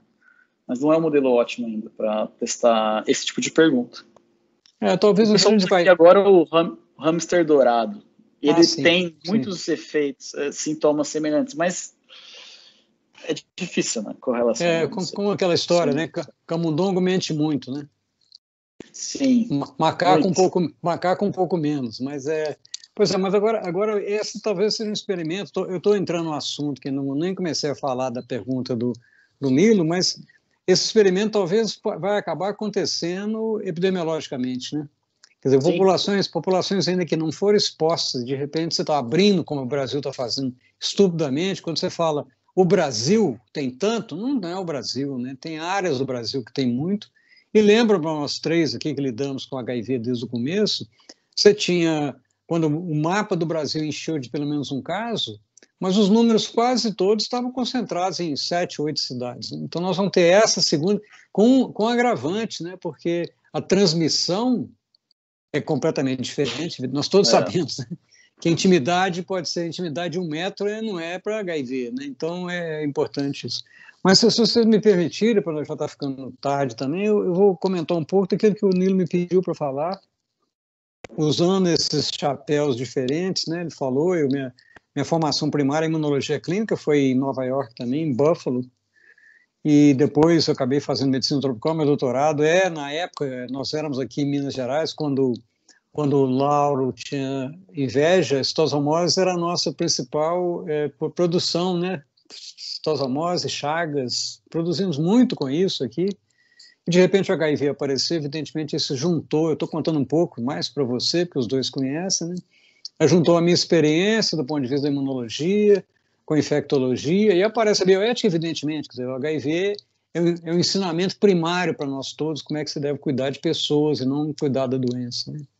Então, com isso, agora eu estou vivendo esses 3 pedaços, né, imunologia ainda. Atualmente eu sou professor emérito da UFMG, que foi um título que me deram quando eu aposentei, e estou coordenando, numa época complicada, a Sociedade Brasileira de Bioética, numa luta contra esse status quo do Brasil, que é um negócio indescritível. Quer dizer, lembra muito o Trump, mas acho que piorado, porque lá não tem tanto militar participando das estruturas. Então, nós estamos vivendo muita dificuldade. Em relação à vacina, e aqui outra vez, nós vamos ter que ter muito cuidado em relação à informação, né? Porque a informação positiva, ela traz muita expectativa, às vezes muito mais, né? A cloroquina foi isso, né? Encontrado in vitro alguma coisa, alguém utilizou, aquele francês trouxe aquilo como se fosse o crème de la crème, solta aquilo no mundo e de repente você está com essa coisa quase incontrolável, né? Ivermectina seguindo o mesmo caminho, dizendo, olha, curou a África. Tem uma médica aqui de São Paulo dizendo que a África foi curada de parasitose só com ivermectina. Quer dizer, tudo isso aí tem imbricado numa situação diferente da época do começo da epidemia do HIV, que agora a informação, apesar de ser muito boa, essa informação sua, por exemplo, ela tem 97 pessoas escutando o que você apresentou, espetacular, né? Falou muito bem, com dado, com capacidade, muita gente aprendeu, mas o que sai daqui não é isso que vai sair, né? Vai sair depois qualquer coisa que aparece, como a vacina russa, né? E Curitiba já tá planejando fazer um acordo para a compra dessa vacina, que não sabe, sei lá, o que vai acontecer, mas entrando especificamente no que a gente pode pensar em relação a essa possibilidade, né? Eu sei bem, eu disse, e eu falei que o Trump quer em outubro, mas é possível que no final do ano você tenha muita resposta importante em relação à possibilidade de ter vacina segura, que aparentemente né? A fase 2 tem mostrado, pelo menos a curto prazo, esse é outro problema, vai precisar de uma fase 4 muito grande, né? Para você saber o que é exatamente quando você estimula esse sistema com tanta possibilidade de efeitos colaterais em órgãos diferentes, e talvez eficaz, pelo menos a curto prazo. Então, pode ser que no final do ano a gente já tenha. Então, do ponto de vista da ética, né, Nilo e Lauro, é perguntar como e daí? Né? O e daí que é o mais importante, né? Você vê, vai ter de ter certeza que funciona, certeza no sentido da fase 3, no limite da fase 3, vai ter de ter produção, que aparentemente os laboratórios, muito espertamente, depois de receber dinheiro a rodo público, provavelmente vão fabricar antes, né, para vender caro, principalmente para as matrizes internacionais, vão ter isso na mão. A compra vai ser uma luta mesmo, uma luta sem fronteiras, né, de quem puder pagar, vai pagar, e não tem jeito de falar que tem acordo, então esse é outro problema. E para nós no Brasil, ela entra ainda nessa história complexa que a gente está vivendo, que é o papel que eu tenho tido, né, como sociedade, junto com o Conselho Nacional de Saúde, que é a manutenção da estrutura do SUS e financiamento de maneira correta. Né? Você saiu do Brasil há pouco tempo, né, Júlio, relativamente? 7 anos já. Fica lá mais, viu? 7 anos é pouco para você voltar. Mas é só para pensar que essa situação que vive aqui no serviço público, nós tínhamos e continua ainda sendo o programa mais exitoso do país é público, né? Que é o Programa Nacional de Imunizações. Não tem dúvida, um negócio espetacular pensar que todo mundo tem acesso, 200 milhões de pessoas, é mais maluco, né? mas está subfinanciado e com risco de ser mais subfinanciado, e nós vamos viver agora outra coisa, que também lá você tem isso também, né? Obesidade americana, nós estamos chegando lá, mas aqui ainda é muito menos que você vê aí, qualquer lugar que você rodeia a América do Norte, somente, acho que ela toda, né? Somente até o cinturão da ferrugem, provavelmente seja até mais ainda intensamente obeso do que nós ainda temos, né? Então você tem comorbidades aqui que são as variáveis confundidoras da nossa análise que não atinge eu, Lauro e Nilo, que temos mais de 40 anos, não, vai atingir aqueles que têm nessa idade, 40 anos, 45, mas tem comorbidade que os trazem para quase a morbidade da senectude. Então isso aí também é outro problema, inclusive na hora da vacinação. Então, pontuando, para terminar, vou falar só sobre isso, quer dizer, expectativa da vacina ser desenvolvida, ser produzida, ser distribuída, e pensando no Brasil, talvez um pouco mais simples, porque nós temos duas estruturas aqui, várias delas, mas as mais intensamente preparadas, uma está em São Paulo, que é o Butantan, outra está no Rio de Janeiro, que pertence ao Ministério da Saúde, que é a Fiocruz, e agora os grandes investidores brasileiros resolveram fazer uma doação para montar duas fábricas, né? Eu tenho minhas visões diferentes disso, que se a estrutura brasileira fosse diferente, não precisava de doar nada, que já teria sido tirado de imposto, né? Mas já que não é assim, que bom que eles resolveram, pelo menos, entregar esse dinheiro, um anel, né, para segurar. Então, nós temos a chance brasileira de ter alguma coisa mais estruturante a partir, talvez, Nilo e Laura, se vocês concordarem, talvez a partir do primeiro trimestre do ano que vem, ter essa possibilidade. Vacina pronta, disponível, talvez, fabricada aqui, eu acho que não. Porque essa transferência de tecnologia, eu lembro muito bem, quando eu estava no departamento de AIDS, a transferência ela é de trás para frente, né? Primeiro a caixinha, depois o vidro, depois o invólucro, a bula, até chegar, você começar a produzir, vai levar muito tempo, mas pode ser que não, nessa vez consiga, dependendo da vacina, se for a chinesa, né, que é inativado, teoricamente é mais fácil de ter uma produção mais rápida, com os riscos inerentes, mas mais rápido. Então, além disso, quando isso chegar, nossa decisão, cada um de nós vai ter que participar, quem vai receber primeiro? Como é que você vai pontuar isso, né? Isso dá na América do Norte do mesmo jeito, né? Já estão falando em profissional de saúde, está exposto, mas vai ter que ter uma discussão muito grande em relação à história até dos mais vulneráveis. Porque talvez aconteça de novo, você vai privilegiar um grupo que é importante e outra vez a população mais problemática, e se olhar a avaliação específica dos 100 mil mortos, um percentual muito grande, talvez maior do que a metade dos negros brasileiros, população muito mais pobre que está nesses números dos 1.000 mortos, dos 100 mil mortos. Então, a vacina vai ter uma dificuldade muito grande nós tomarmos decisões que, eu acho que, na minha opinião, eu tenho discutido isso no Conselho Nacional de Saúde, tem de ser discutido agora. Começar a ter preparado um processo, né, de discussão do ponto de vista ético de uma coisa que é científica. Eu acho que das notas que eu tinha feito aqui para falar com você, depois de te ouvir tão bem, te elogio de novo, né, que didaticamente eu tenho certeza que para todas as pessoas que ouviram foi muito bom. Deixa eu ver se eu tenho mais uma última coisa. A outra que eu falei que você gostaria de, inclusive, ter participado disso é a discussão da carga viral mesmo, mas vai ter de ser feito em laboratório experimental, certamente. E a discussão, você pode falar um pouco dela, sobre essa história que o Nilo começou a falar da qualidade e da especificidade e valor preditivo da sorologia que nós temos, né?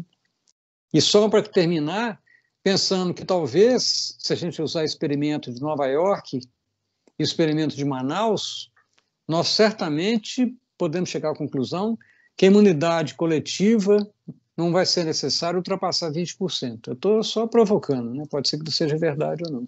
Eu paro de falar aqui, eu sei que está quase na hora, agradecer Nilo por ter me convidado, quase que eu fiz uma confusão, eu tinha outra reunião que, felizmente, como eu também brinquei com ele, para mim todo dia está aparecendo segunda-feira, a outra é amanhã. Então, mas obrigado de novo, bom ver vocês dois, e conhecer o terceiro. Dirceu estava confuso o horário, viu, Lauro? Eu estava brincando, só terminando, que quando você fazia anamnese na sua época de escola, estava escrito assim, bem relacionado no tempo e no espaço, Eu tenho respondido que no espaço ainda sei onde é que eu estou. Agora, no tempo, é essa confusão, mas talvez por isso mesmo, né? Essa coisa que vai ser mudança para nós, dando mais valia, nós vamos trabalhar muito mais pelo mesmo salário. Mas voltando ao assunto, Júlio, por favor, e obrigado de novo pelo convite, Nilo e Lauro, bom te ver. Um abraço. Júlio, você quer responder a questão aí dos testes, Júlio? Depois eu posso fazer uma pergunta, um comentário depois. Posso responder rapidinho, assim, rapidinho. A gente fez eu não sei exatamente qual tipo de teste está sendo feito no Brasil, mas a gente, esse mês agora, a gente recebeu mais de 500 amostras do Imperial College para realmente fazer uma análise pareada de diferentes tipos de testes sorológicos. Ah, que bom. A gente fez o da Roche, da Abbott, da de Assorin, que são os europeus, e os daqui dos Estados Unidos. Mas qual que era a pergunta? Quais deles se relacionam melhor, ou se correlacionam melhor com a neutralização?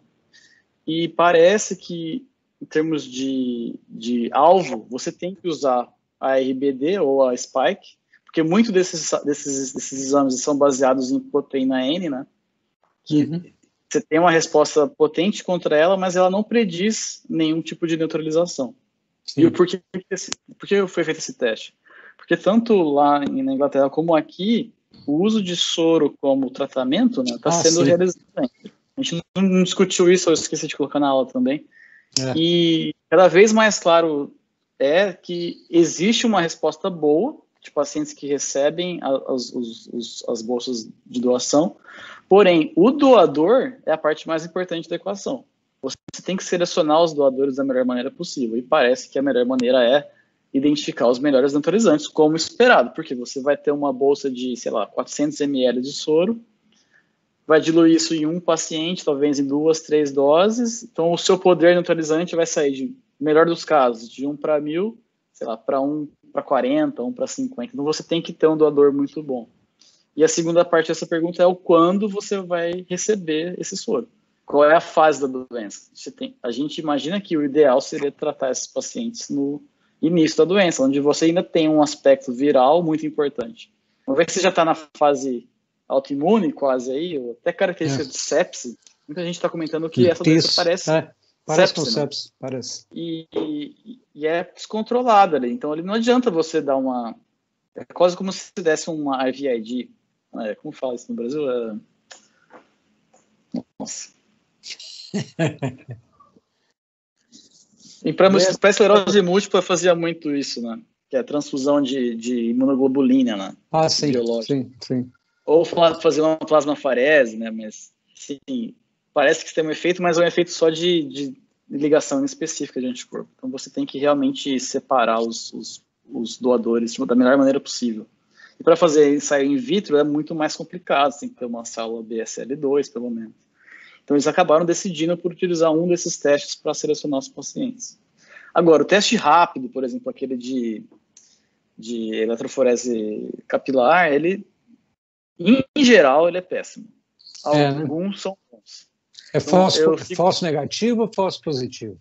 A maioria é falso negativo. E esse é um problema. Você não pode confirmar, né? Se fosse falso positivo, você confirmava com RNA. Exatamente. O falso negativo é mais complicado. Então, infelizmente, eles são talvez utilizáveis ainda para ensaio epidemiológico, onde você vai testar milhares de pessoas, como foi feito no Brasil recentemente, né? O professor Victor, né? Fez bastante isso.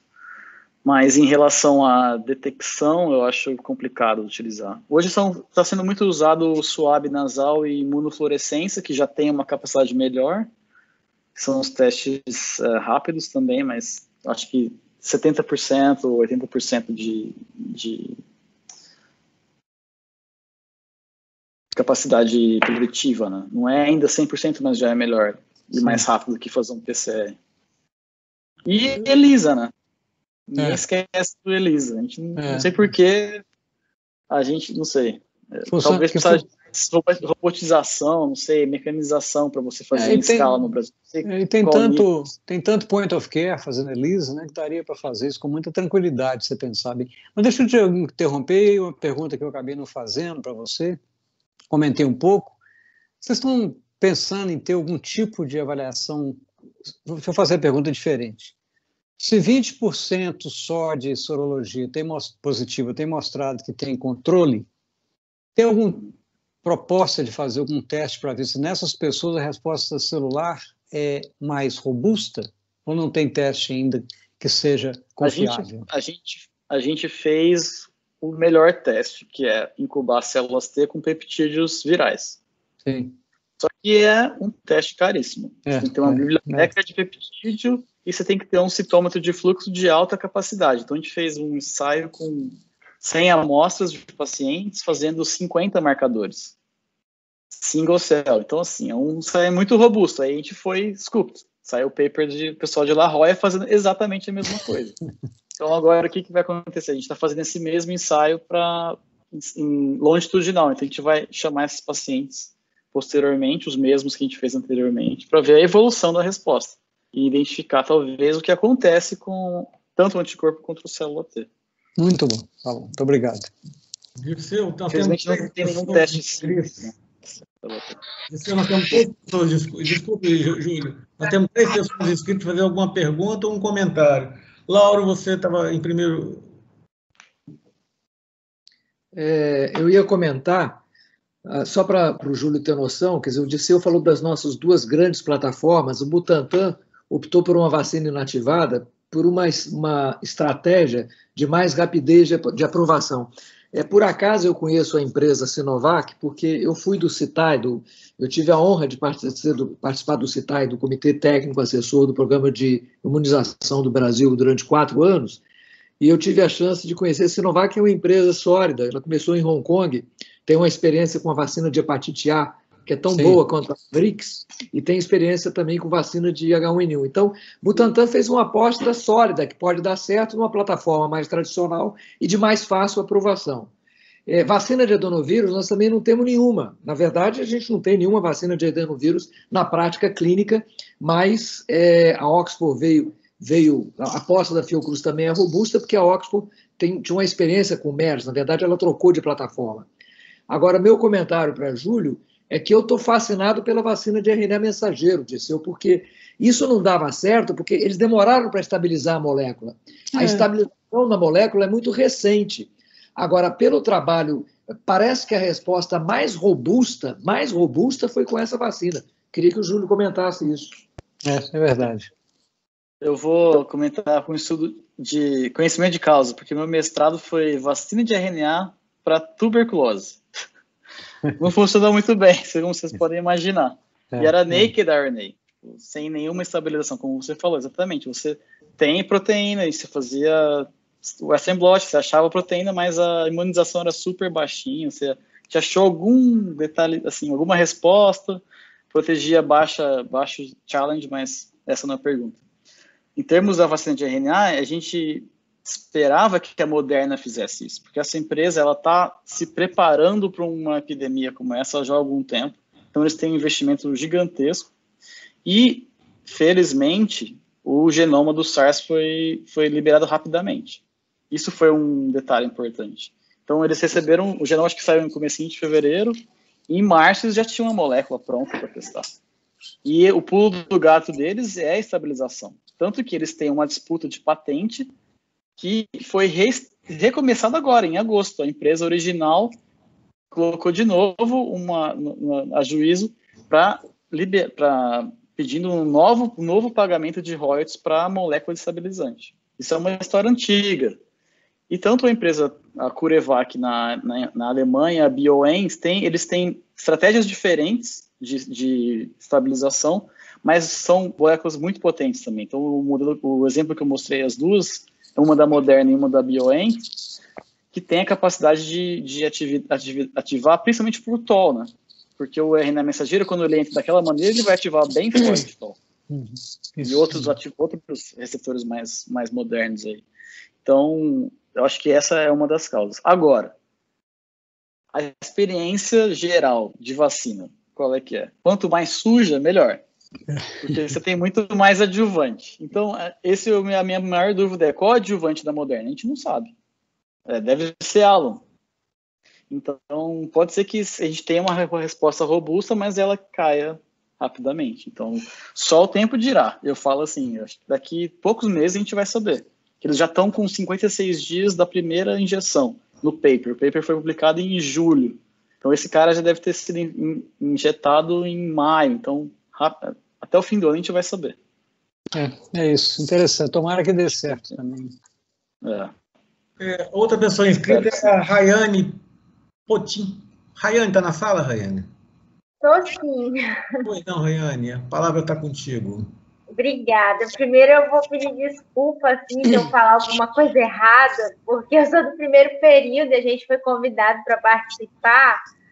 E aí eu tive várias dúvidas e eu resolvi não perguntar, mas depois que o Dirceu falou sobre assimilar a informação, aí eu falei, se eu estou aqui é para receber informação de qualidade, então é melhor perguntar do que procurar em algum lugar a informação for errada. Desculpa se às vezes eu falar algum termo errado e tudo mais.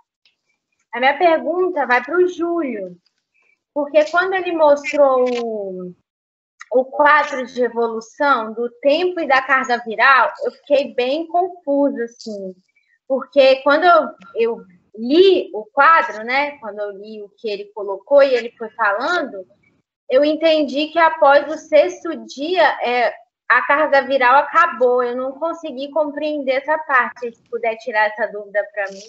E também a evolução de quem está no quadro mais grave, como é a carga viral desses pacientes. Obrigada, e desculpa mais uma vez. Antes de responder, Rayane, meus parabéns, viu? Você está no primeiro semestre e continue assim, viu?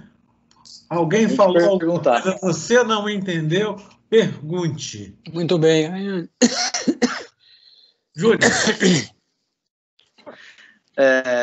Então, em termos de carga viral, a carga viral ela vai flutuar entre o começo da infecção, em torno aí dos primeiros 7, 8 dias, porque o vírus fica incubado e começando a proliferação. A gente não sabe exatamente quando começa, porque o paciente não tem nenhum sintoma, então você não detecta a carga viral, mas alguns estudos mostraram que a partir do 4º, 5º dia você já consegue detectar no swab nasal, né? Em termos de decaimento, ela pode decair de 14 a 21 dias. Isso varia muito dos pacientes. Não existe uma definição. Aquele gráfico é só uma ideia geral do que pode acontecer.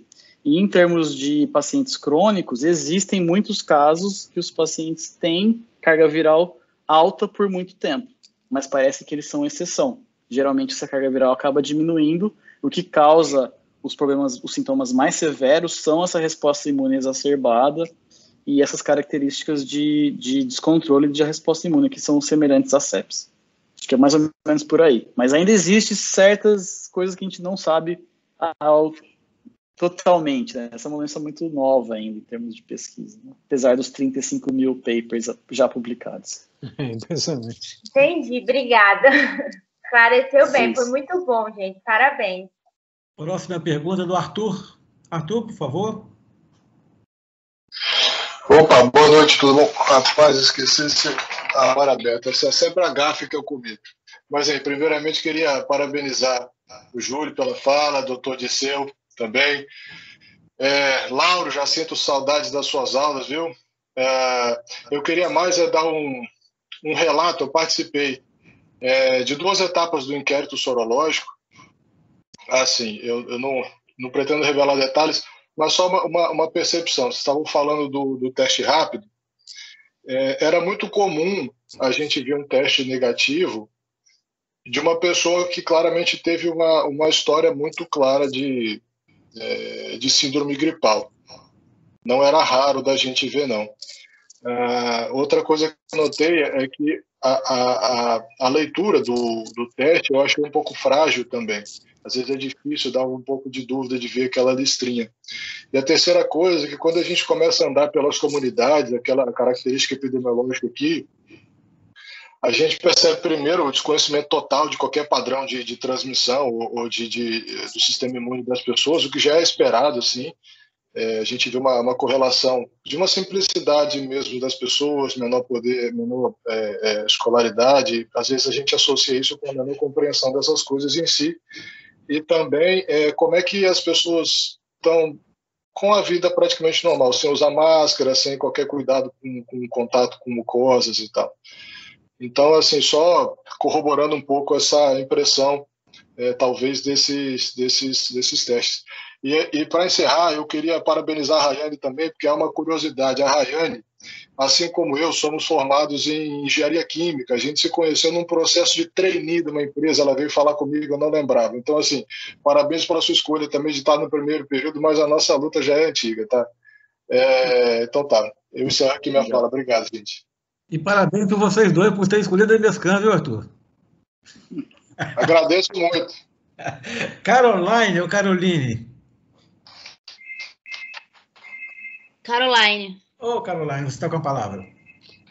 Boa noite a todo mundo. Eu gostei muito da apresentação do Júlio. Eu não entendi muito bem também algumas coisas sobre o primeiro período, porque está tudo em inglês e eu fiquei um pouco confusa na transcrição. Na forma de contágio que o vírus faz. Só que a minha dúvida era mais sobre a vacina. Por quê? Pelo que eu percebi, pelo que eu entendi, tanto pelo DNA quanto pelo RNA, eles possuem o mesmo princípio, a mesma forma que outras vacinas. E no caso da Covid, eu não entendi o porquê que está demorando para ter uma resposta mais eficiente. Eu não sei qual foi o ponto do vírus que está impedindo esse avanço da pesquisa. É para você. É para você. Eu vou te falar que nunca na história desse planeta a gente teve uma resposta tão rápida contra uma doença. Geralmente uma vacina dura, só na fase de estudos, em torno de 10 a 15 anos para ela sair do papel e passar por todas as etapas de teste. E como a gente estava discutindo antes, a gente tem diversas doenças que até hoje não tem uma vacina, mesmo a gente estudando, por exemplo, o HIV há mais de quase 40 anos e ainda a gente não tem uma vacina. Então é muito difícil, infelizmente. E felizmente a gente tem trabalho, né? Os pesquisadores continuam pensando e tentando o máximo para buscar a melhor maneira de encontrar um tratamento e uma vacina para essa doença. Vocês podem dar o seu depoimento também, Lauro e Dirceu, sobre isso. O tempo desse é impressionante, né? Nunca antes nesse país, né? Teve um lugar nenhum. Eu só faço um comentário que as coisas estão andando tão depressa que a vacina da Moderna, a fase 2, foi publicada no New England antes da publicação da fase de experiência em primatas. Quer dizer, isso é uma coisa inédita. A correria é tão grande que a fase 2 conseguiu ser publicada antes, imagino que eram grupos diferentes. Então, a velocidade é fantástica. Só para explicar para Arthur e para Júlio comentar, para Júlio e para meu amigo Dirceu, o comentário do Arthur, o Espírito Santo está fazendo um inquérito sorológico usando um teste rápido chinês, parecido com aquele teste de Pelotas, da Universidade de Pelotas, que está fazendo no Brasil, que é um teste muito ruim, que era disponível na época. Então, na verdade, ele subestima muito a real capacidade de infecção. Eu sei que a Secretaria está cogitando de usar o IgG de quimiluminescência da Abbott, que é um pouquinho melhor, para ter uma ideia, mas São Paulo acabou de fazer uma testagem agora e mostrou que quando você faz... Londres fez isso com 2 testes de rápidos, aquele, como é que é, fluxo lateral, e eles mostraram que é muito diferente do que você usar esse teste rápido comum. Lauro, você cuidado com as palavras, que Silvio Folleto tá na sala, e você falou que o teste dele é um pouquinho melhor do que o outro, viu, Lauro? Você cuidado. Não. O Silvio, se ele está na sala, ele foi uma das poucas pessoas no Brasil que conseguiu trazer, não sei se o senhor sabe disso, o IgG da Abbott para cá, porque o Trump não tinha deixado sair a CLIA da Abbott dos Estados Unidos, e o Silvio conseguiu trazer para a Vitória. Deixa eu aproveitar, porque tem uma parte ética nessa situação também, porque nós vamos chegar num ponto agora, primeiro que esses dados nossos são provavelmente muito subestimados, né? Talvez uma razão até dos 20% seja isso, né? Você está subestimando, se multiplicar isso pelos números, tem muito mais caso. Então está faltando mesmo, e vai ser muito bom que tenha essa avaliação que está sendo feita lá em Nova York, e que possa ser depois disseminada, o teste que seja de qualidade melhor, inclusive que seja disponibilizado, né? Você está falando é isso, né, Laura? Porque você vê, quando você chegar num ponto agora, você vai ter de localizar, quer dizer, focalizar pessoas infectadas, pegar os entornos para corrigir, tentar manter.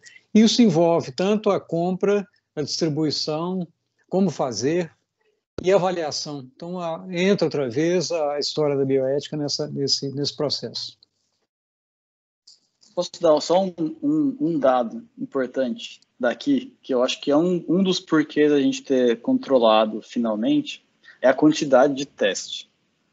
O estado de Nova York está fazendo 70 mil testes por dia. É isso, claro. Então, assim, eles estão pegando 700 e poucas pessoas por dia, mais ou menos. Então, você consegue segurar mais. Eles têm, sei lá, uma das métricas para a reabertura da cidade, basicamente, foi essa quantidade de teste e o grupo de rastreadores. Então, tem que ter um rastreador para cada 10 mil pessoas, que é um número gigantesco de pessoas. Eles contrataram... Então, é difícil, né? Como você vai fazer isso no Brasil? Você tem que pagar todo esse pessoal, tem que pagar os testes. É um dinheiro insano. Mas você pensa que no Brasil tem uma vantagem que podia ter sido aproveitado, que tem a Estratégia de Saúde da Família, tem 60 mil equipes distribuídas pelo país. É o lugar de ser feito isso, né? Quer dizer, na verdade, quando você valorizar esse processo, você já está tudo estabilizado que a Norte América não tinha. A diferença nossa... começaram a falar aqui de Sistema Único de Saúde. Exatamente. Eles fizeram um Sistema Único de Hospitais do Estado para distribuir os pacientes mais doentes. Eles começaram a colocar o pessoal em ônibus de Nova York para ir para Albany, para Buffalo. Porque foi onde eu fiz minha parte de formação. Mas é isso, acho que, na verdade, talvez seja um legado, né? Aqui está se mostrando a importância do SUS, lá está se mostrando a necessidade de ser estrutural. Não dá para deixar 70 milhões de pessoas sem acesso. Então, acho que é isso. Tem um lado positivo, né, Nilo, que você me pediu para falar. Acho que esse é um deles.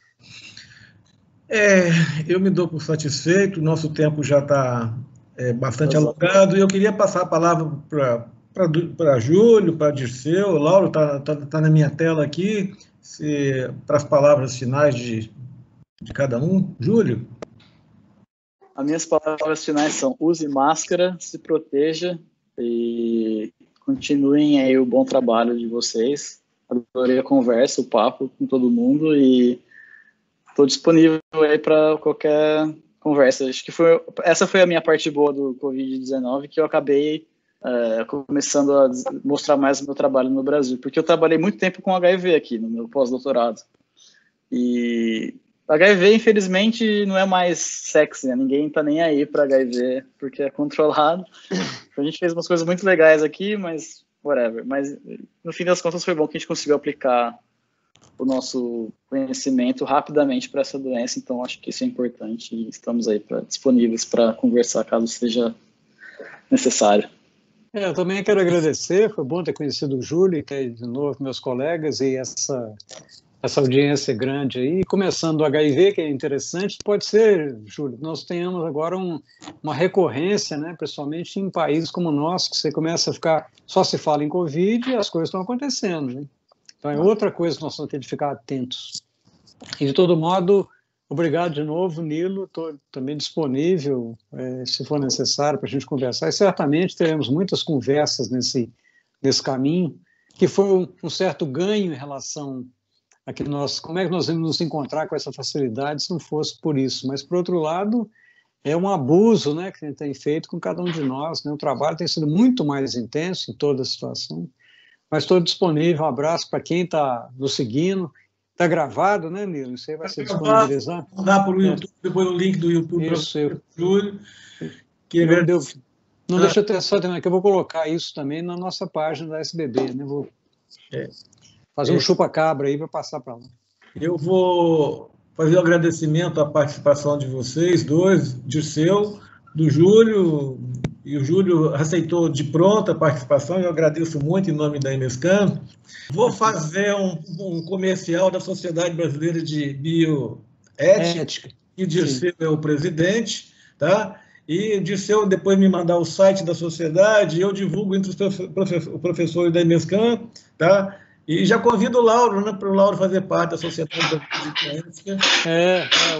A partir de hoje, né? Simples, é um rapaz jovem, né? É um rapaz jovem. Não, vai ser muito bom para nós. Eu vou te mandar daqui a pouco. O site é fácil, quem quiser entrar é sbbioética.org.br, mas eu vou mandar esse escrito para não ter de ficar guardando. Tomara que você se associe. O Júlio, mesmo à distância, pode se associar a SBB. Grande abraço a todos. Todas as pessoas que estiveram presentes com a gente, alunos, professores, colegas de fora da instituição também. É um prazer imenso conhecer o Júlio e rever de seu renovados. Obrigado, um abraço, Júlio, Nilo, um abraço, Lauro e todos. Vou fechar aqui. Um abração.